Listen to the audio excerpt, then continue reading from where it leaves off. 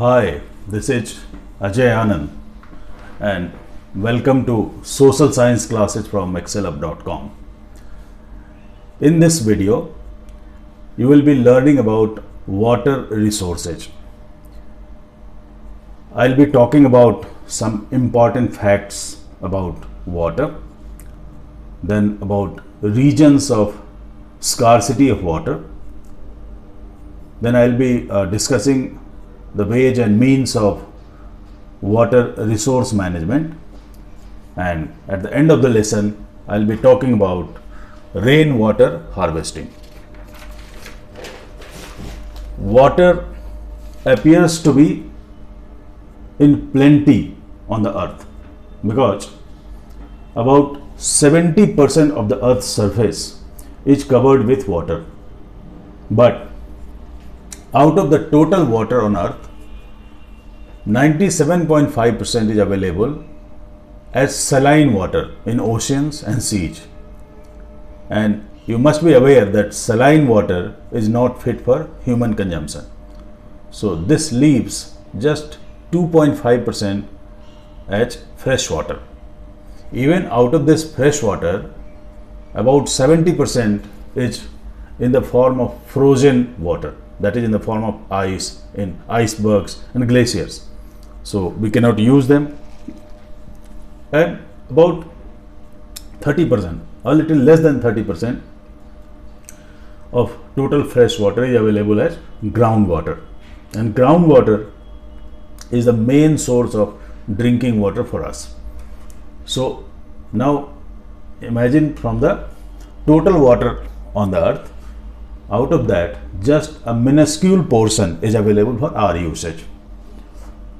India is a fortunate country in the sense that this country gets 4% of global precipitation. So out of the total rainfall which happens around the world, we get 4%. But in terms of water availability per person per annum, India ranks an abysmally low, that is at 133 rank out of around 150 countries, and this is probably because of a very high population. So what are the reasons for scarcity of water? The prime reason is a mismatch between demand and supply. So the demand has been increasing on one hand and supply has been decreasing on another hand. Let us see how. Population is increasing every day, so more people means more demand for water. To cater to the demand of this ever growing population, we are opening more and more industry. So even all the factories, they'll be consuming water for producing goods which are useful to human beings. To feed a growing population, we also need to expand farming, and expansion of farming means more consumption of water because all the plants, they need lots of water for irrigation. So growing population, growing industry and growing agriculture, all of this means there is a greater demand for water. So this results in over exploitation of water. Let us see how the supply has been reduced. We are cutting forests to make way for human activities, to make way for farming, for making houses, roads and all the things.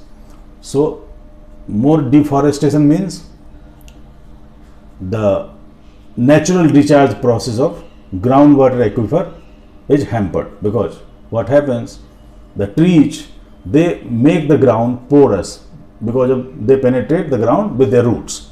So less number of trees means the ground will become less porous. Then we are making roads and buildings. So by doing that, what we are doing, we are making the upper surface of the ground less impervious because of concrete. Then we are also contaminating water by discharging sewage in nearby water bodies like rivers or lakes. This also ends up polluting groundwater. So all these factors, they have been helping in reducing the supply of groundwater. So what happens? More demand is there, but supply has been lessened. So there is the scarcity of water. Now, how to manage the water resource? India has had a long tradition of water harvesting structures. In many states, people had traditionally been building various structures to store water during the rainy season so that the water can be utilized during lean season. So there are some examples. They call it Kul in Himachal Pradesh. Then they call it Tanka and Bauli or Baudi in Rajasthan. In Bihar we call it Ahar. In UP we call it Khadin. Khadin is also the name being used in Rajasthan. But over the period of time, what happened? Most of these structures, they have been out of use. So they have been more or less abandoned. People have forgotten the use of these structures. So now the government, it has been making dams in order to manage water resources. Dams are useful. There are certain benefits of them, but there are many harms also. So the benefits of dams are, they help in preventing flood.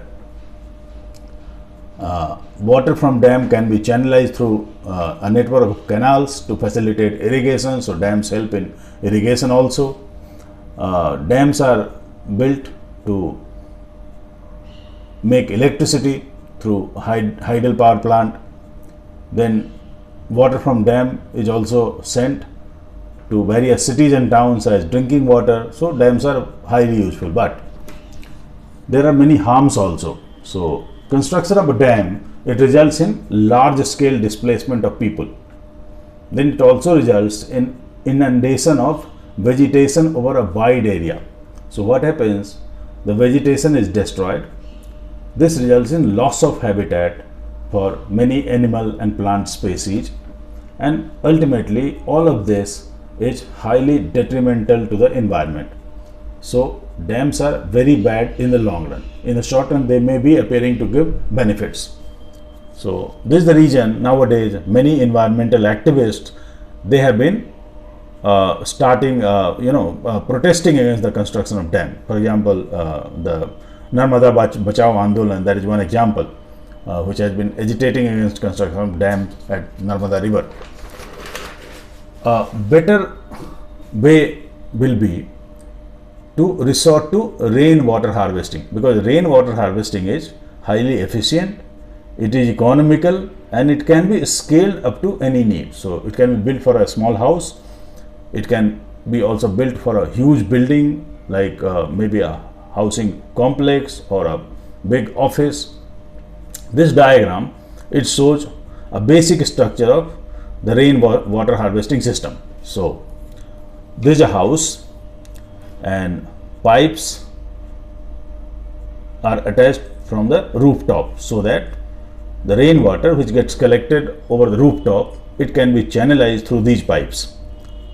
So the rainwater is sent to a filter under the ground. This filter contains gravel and sand so that it can filter out most of the insoluble material from water. After that, water is sent to a main tank from where this can be utilized to water plants in the garden. This can also be utilized to flush the toilets, to wash cars, and even to wash clothes. Remaining water is channelized to a well from where it can seep down the ground to recharge groundwater. Water from this well, it can also be utilized during lean season when there is no rains. So that is how most of the rainwater harvesting structures, they work. So to sum up, I talked about some important facts about water. I talked about the regions of scarcity of water. Then I talked about the management of water resources and about rainwater harvesting. That's all for this lesson. Thank you.